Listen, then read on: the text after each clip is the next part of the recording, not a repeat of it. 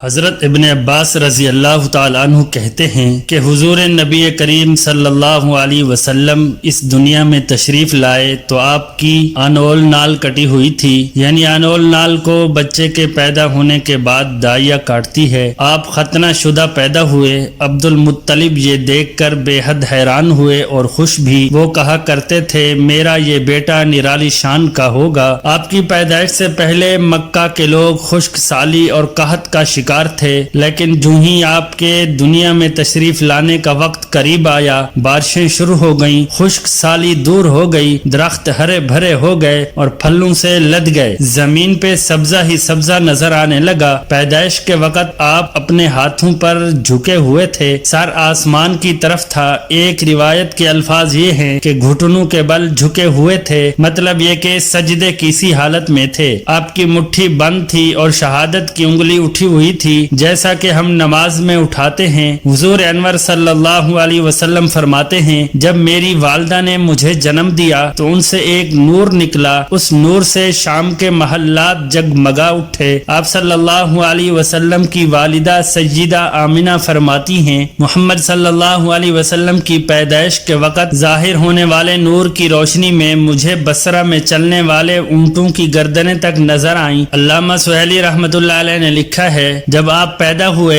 تو آپ نے اللہ کی تعریف کی۔ ایک روایت میں یہ الفاظ آئے ہیں اللہ اکبر کبیرہ والحمد للہ کثیرا وسبحان اللہ بکرۃ واصیلا۔ اللہ تعالیٰ سب سے بڑا ہے، اللہ تعالیٰ کی بے حد تعریف ہے اور میں صبح و شام اللہ کی پاکی بیان کرتا ہوں۔ آپ کی ولادت کس دن ہوئی اس بات پر سب کا اتفاق ہے کہ وہ پیر کا دن تھا۔ آپ صبح فجر طلوع ہونے کے وقت دنیا میں تشریف لائے۔ تاریخ پیدائش کے سلسلے میں بہت سے قول ہیں۔ ایک روایت کے مطابق 12 ربیع الاول کو پیدا ہوئے، ایک روایت 8 ربیع الاول کی ہے، ایک روایت یہ ہے کہ 2 ربیع الاول کو پیدا ہوئے۔ اس سلسلے میں اور بھی بہت سی روایات ہیں۔ زیادہ تر مورخین کا خیال ہے کہ آپ 8 ربیع الاول کو پیدا ہوئے۔ تقویم کے طریقہ سے جب تاریخ نکالی گئی تو 9 ربیع الاول نکلی، مطلب یہ کہ اس بارے میں بالکل صحیح بات کسی کو معلوم نہیں۔ اس پر سب کا اتفاق ہے کہ مہینہ ربیع الاول کا تھا اور دن پیر کا۔ یہ بھی کہا جاتا ہے کہ آپ کو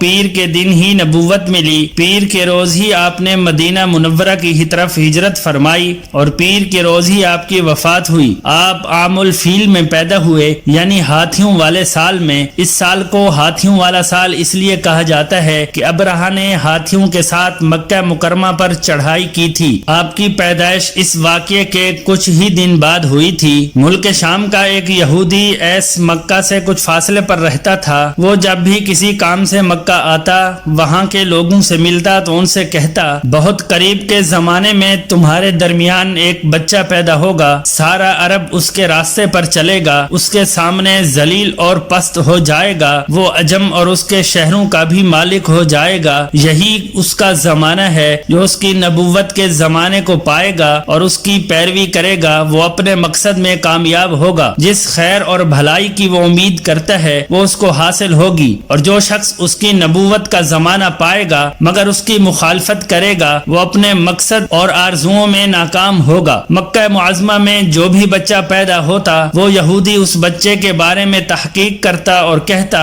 ابھی وہ بچہ پیدا نہیں ہوا۔ آخر جب نبی کریم صلی اللہ علیہ وسلم اس دنیا میں تشریف لائے تو عبد المطلب اپنے گھر سے نکل کر اس یہودی کے پاس پہنچے۔ اس کی عبادت گاہ کے دروازے پر پہنچ کر انہوں نے اسے آواز دی۔ ایس نے پوچھا کون ہے؟ انہوں نے اپنا نام بتایا، پھر اس سے پوچھا تم اس بچے کے بارے میں کیا کہتے ہو؟ اس نے انہیں دیکھا پھر بولا ہاں تم ہی اس کے باپ ہو سکتے ہو، بے شک وہ بچہ پیدا ہو گیا ہے جس کے بارے میں میں تم لوگوں سے کہا کرتا تھا۔ وہ ستارہ آج رات طلوع ہو گیا ہے جو اس بچے کی پیدائش کی علامت ہے، اور اس کی علامت یہ ہے کہ اس وقت اس بچے کو درد ہو رہا ہے، یہ تکلیف اسے 3 دن رہے گی اور اس کے بعد یہ ٹھیک ہو جائے گا۔ راہب نے جو یہ کہا تھا کہ بچہ 3 دن تک تکلیف میں رہے گا تو اس کی تفصیل یہ ہے کہ آپ نے 3 دن تک دودھ نہیں پیا تھا، اور یہودی نے جو یہ کہا تھا کہ ہاں آپ ہی اس کے باپ ہو سکتے ہیں، اس سے مراد یہ ہے کہ عربوں میں دادا کو بھی باپ کہہ دیا جاتا ہے، اور نبی کریم صلی اللہ علیہ وسلم نے ایک بار خود فرمایا تھا میں عبد المطلب کا بیٹا ہوں۔ یہودی نے عبد المطلب سے یہ بھی کہا کہا تھا اس بارے میں اپنی زبان بند رکھیں، یعنی کسی کو کچھ نہ بتائیں، ورنہ لوگ اس بچے سے زبردست حسد کریں گے، اتنا حسد کریں گے کہ آج تک کسی نے نہیں کیا، اور اس کی اس قدر سخت مخالفت ہوگی کہ دنیا میں کسی اور کی اتنی مخالفت نہیں ہوئی۔ پوتے کے متعلق یہ باتیں سن کر عبد المطلب نے ایس سے پوچھا اس بچے کی عمر کتنی ہوگی؟ یہودی نے اس سوال کے جواب میں کہا اگر اس بچے کی عمر تبھی ہوئی تو بھی 70 سال تک نہیں ہوگی، بلکہ اس سے پہلے ہی 61 یا 63 سال کی عمر میں وفات ہو جائے گی، اور اس کی امت کی اوسط عمر بھی اتنی ہی ہوگی۔ اس کی پیدائش کے وقت دنیا کے بت ٹوٹ کر گر جائیں گے۔ یہ ساری علامات اس یہودی نے گزشتہ انبیاء کی پیش گوئیوں سے معلوم کی تھی، اور سب کی سب بالکل سچ ثابت ہوئی۔ قریش کے کچھ لوگ عمرو بن نفیل اور عبداللہ بن جحش وغیرہ ایک بت کے پاس جایا کرتے تھے، یہ اس رات بھی اس کے پاس گئے جس رات آپ صلی اللہ علیہ وسلم کی پیدائش ہوئی۔ انہوں نے دیکھا وہ بت اوندھے منہ گرا پڑا ہے۔ ان لوگوں کو یہ بات بری لگی، انہوں نے اس کو اٹھایا سیدھا کر دیا، مگر وہ پھر گر گیا۔ انہوں نے پھر اس کو سیدھا کیا، وہ پھر الٹا ہو گیا۔ ان لوگوں کو بہت حیرت ہوئی، یہ بات بہت عجیب لگی۔ تب اس بت سے آواز نکلی، یہ ایک ایسے بچے کی پیدائش کی خبر ہے جس کے نور سے مشرق اور مغرب میں زمین کے تمام گوشے منور ہو گئے ہیں۔ بت سے نکلنے والی آواز نے انہیں اور زیادہ حیرت زدہ کر دیا۔ اس کے علاوہ ایک اور واقعہ یہ پیش آیا کہ ایران کے شہنشاہ کسریٰ نوشیروان کا محل ہلنے لگا اور اس میں شگاف پڑ گئے۔ نوشیروان کا یہ محل نہایت مضبوط تھا، بڑے بڑے پتھروں اور چونے سے تعمیر کیا گیا تھا۔ اس واقعے سے پوری سلطنت میں دہشت پھیل گئی، شگاف پڑنے سے خوفناک آواز بھی نکلی تھی، محل کے 14 کنگرے ٹوٹ کر نیچے آ گرے تھے۔ آپ کی پیدائش پر ایک واقعہ یہ پیش آیا کہ فارس کے تمام آتش کدوں کی وہ آگ بجھ گئی جس کی وہ لوگ پوجا کرتے تھے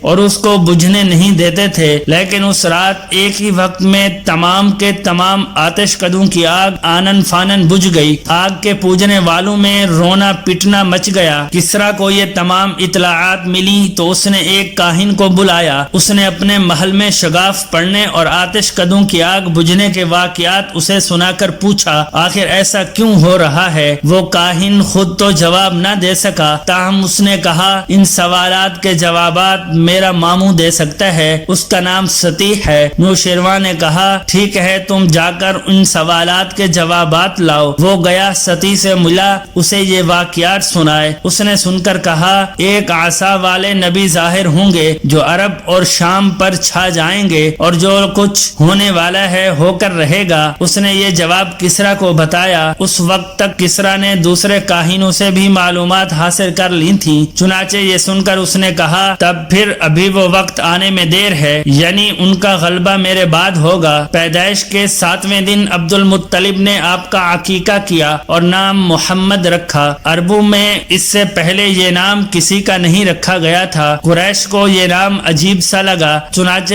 کچھ لوگوں نے عبد المطلب سے کہا اے عبد المطلب، کیا وجہ ہے کہ تم نے اس بچے کا نام اس کے باپ دادا کے نام پر نہیں رکھا بلکہ محمد رکھا ہے، اور یہ نام نہ تمہارے باپ دادا میں سے کسی کا ہے نہ تمہاری قوم میں سے کسی کا ہے؟ عبد المطلب نے انہیں جواب دیا میری تمنا ہے کہ آسمانوں میں اللہ تعالیٰ اس بچے کی تعریف فرمائے اور زمین پر لوگ اس کی تعریف کریں، یعنی محمد کے معنی ہے جس کی بہت زیادہ تعریف کی جائے۔ اسی طرح والدہ کی طرف سے آپ کا نام احمد رکھا گیا۔ احمد نام بھی اس سے پہلے کسی کا نہیں رکھا گیا تھا۔ مطلب یہ کہ ان دونوں ناموں کی اللہ تعالیٰ نے حفاظت کی اور کوئی بھی یہ نام نہ رکھ سکا۔ احمد کا مطلب ہے سب سے زیادہ تعریف کرنے والا۔ علامہ سہیلی نے لکھا ہے کہ آپ احمد پہلے ہیں اور محمد بعد میں، یعنی آپ کی تعریف دوسروں نے بعد میں کی۔ اس سے پہلے آپ کی شان یہ ہے کہ آپ اللہ تعالیٰ کی سب سے زیادہ حمد و ثنا کرنے والے ہیں۔ پرانی کتابوں میں آپ کا نام احمد ذکر کیا گیا ہے۔ اپنی والدہ کے بعد آپ نے سب سے پہلے صوبیہ کا دودھ پیا۔ صوبیہ نبی کریم صلی اللہ علیہ وسلم کے چچا ابو لہب کی باندی تھی، ان کو ابو لہب نے آپ کی پیدائش کی خوشی میں آزاد کر دیا تھا۔ صوبیہ نے آپ کو چند دن تک دودھ پلایا۔ انہی دنوں صوبیہ کے ہاں اپنا بیٹا پیدا ہوا تھا۔ آپ کی والدہ نے آپ کو صرف 9 دن تک دودھ پلایا، ان کے بعد صوبیہ نے دودھ پلایا۔ پھر دودھ پلانے کی باری حضرت حلیمہ سعدیہ رضی اللہ تعالی تعالی عنہا کی آئی۔ حضرت حلیمہ سعدیہ رضی اللہ تعالی عنہا دوسری عورتوں کے ساتھ اپنی بستی سے روانہ ہوئی۔ ان کے ساتھ ان کا دودھ پیتا بچہ اور شوہر بھی تھے۔ حلیمہ سعدیہ رضی اللہ تعالی عنہا دوسری عورتوں کے بعد مکہ میں داخل ہوئی۔ ان کا خچر بہت کمزور اور مریل تھا۔ ان کے ساتھ ان کی کمزور اور بوڑھی اونٹنی تھی، وہ بہت آہستہ چلتی تھی۔ ان کی وجہ سے حلیمہ رضی اللہ تعالی عنہا قافلے سے پیچھے رہ جاتی تھی۔ اس وقت بھی ایسا ہی ہوا، وہ سب سے آخر میں مکہ میں داخل ہوئی اور محمد صلی اللہ علیہ وسلم کو وہاں سے لے آئیں۔